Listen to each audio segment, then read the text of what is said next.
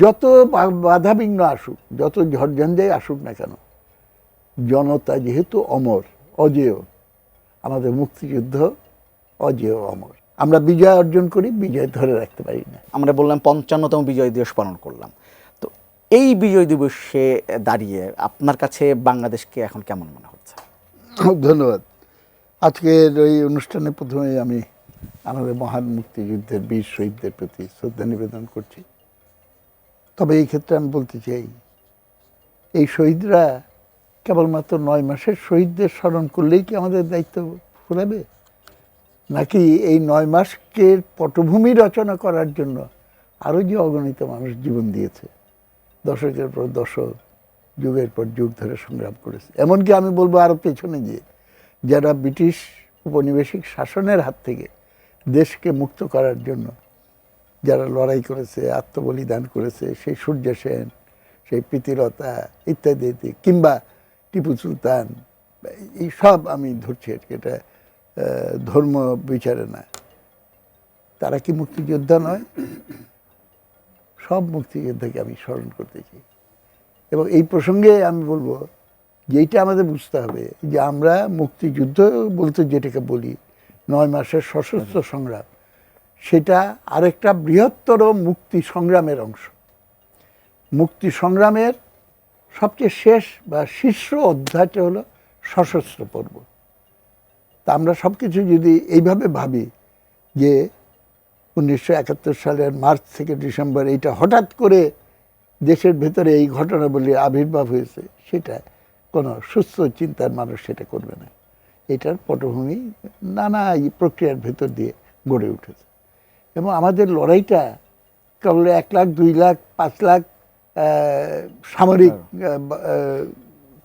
শক্তি, সেটা স্থায়ী conventional army হোক, যারা পাকিস্তানি পক্ষ ত্যাগ করে আমাদের দিকে এসেছে, আর্মি, পুলিশ, বিডিআর, কিংবা তারা প্রশিক্ষণপ্রাপ্ত, নতুন করে প্রশিক্ষণপ্রাপ্ত মুক্তিযোদ্ধা হোক, এটা তো শুধু তাদের লড়াই ছিল না, এটা ছিল একটা জনযুদ্ধ। এবং জনযুদ্ধে যারা অস্ত্র হাতে লড়াই করে, তাদের সঙ্গে যদি আপামর জনগণ না থাকে, তাহলে পাকিস্তানি সেনাবাহিনীর মতো একটা শক্তিধর বাহিনীকে পরাজিত করা কোনোদিন সম্ভবপর হতো না। এবং সেটা আমরা করতে পেরেছি এই কারণেই। এবং জনতার এই শক্তি অজেয়, অমর।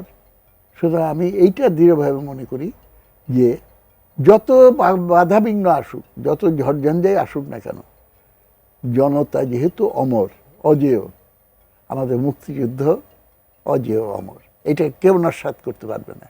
তবে আমার ভেতরে বিরাট ক্ষোভ, যেই স্বপ্ন মানুষ দেখলো, সেই স্বপ্ন আমরা বাস্তবায়ন করতে পারিনি। এবং ইতিহাসের সেই চক্রে আমরা বারবার ঘুরছি, এইবারও তাই হয়েছে। আমরা বিজয় অর্জন করি, বিজয় ধরে রাখতে পারি না। এটা ৭১-এ হয়েছে, এটা এরশাদ বিরোধী আন্দোলনের পরিণতিতে হয়েছে, এখনও ২৪-এর যে বিশাল শক্তিশালী গণ অভ্যুত্থান, সেটার ক্ষেত্রে চোখের সামনে দেখছি যে যেই সম্ভাবনার সৃষ্টি হয়েছিল, সেই সম্ভাবনা হাতছাড়া হয়ে যাচ্ছে।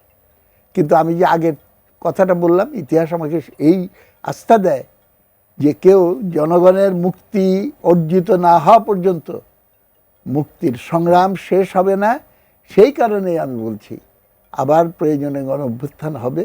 তবে এইবারের গণ অভ্যুত্থানটা, যেহেতু আমরা ইতিহাস থেকে এই শিক্ষা যদি নেই, তাহলে এইবারের গণ অভ্যুত্থানটা এমনভাবে সংগঠিত করতে হবে যাতে করে নাকি এইবার আমরা বিজয় অর্জন করার সঙ্গে সঙ্গে সেই বিজয় যাতে হাতছাড়া না হয়, সেইটার নিশ্চয়তাও দিতে পারি।